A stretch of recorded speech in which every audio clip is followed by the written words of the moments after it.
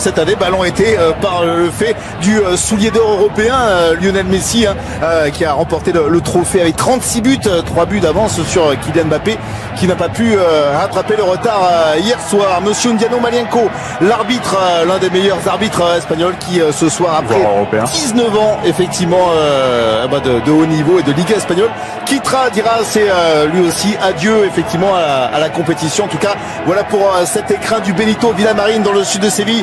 Il fait chaud, il fait beau, les stars sont sur la pelouse. Barça-Valence, ça promet.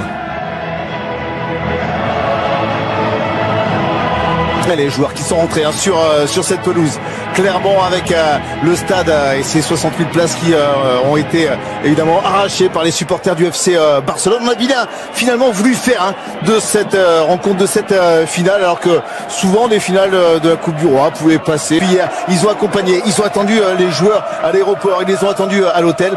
Clairement du côté du Barça, étonnamment, cette finale de la Coupe du Roi prend une importance tout autre, parce qu'il n'y a pas eu cette finale de Champions League qui aurait dû être à Madrid dans une semaine. Donc oui, effectivement, il va falloir nourrir cette envie des supporters barcelonais de... Alors on va débuter évidemment avec la Marcha Real, l'hymne espagnol.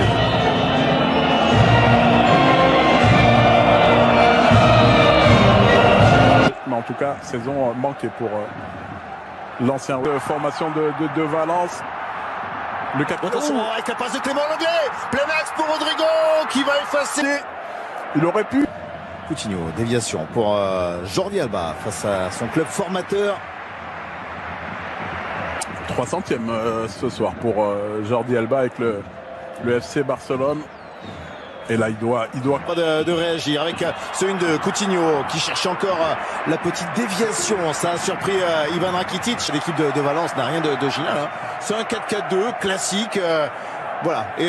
Et les joueurs devant, effectivement, travaillent avec Gamero, avec Rodrigo. Il y a là, cette fois, il a cherché le bon Moreno.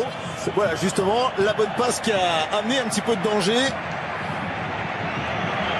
Tomber sur le Barça si il nous fait... Mais revient très souvent au milieu du terrain. Nelson Semedo qui était à proximité est intervenu. C'est chacun met l'épaule. Ils vont utiliser comme latéral droit. C'est pas positionné. Contre la tentative de frappe de Sergi Roberto.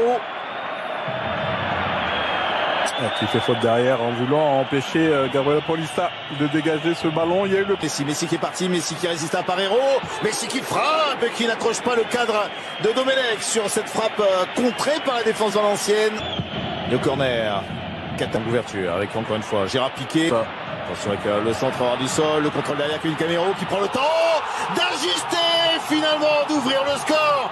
Kevin Gamero qui est donc décisif, qui n'a pas raté, plein de sang-froid cette occasion offerte, c'est largesse de la défense catalane. Et voilà Valence qui mène 1-0.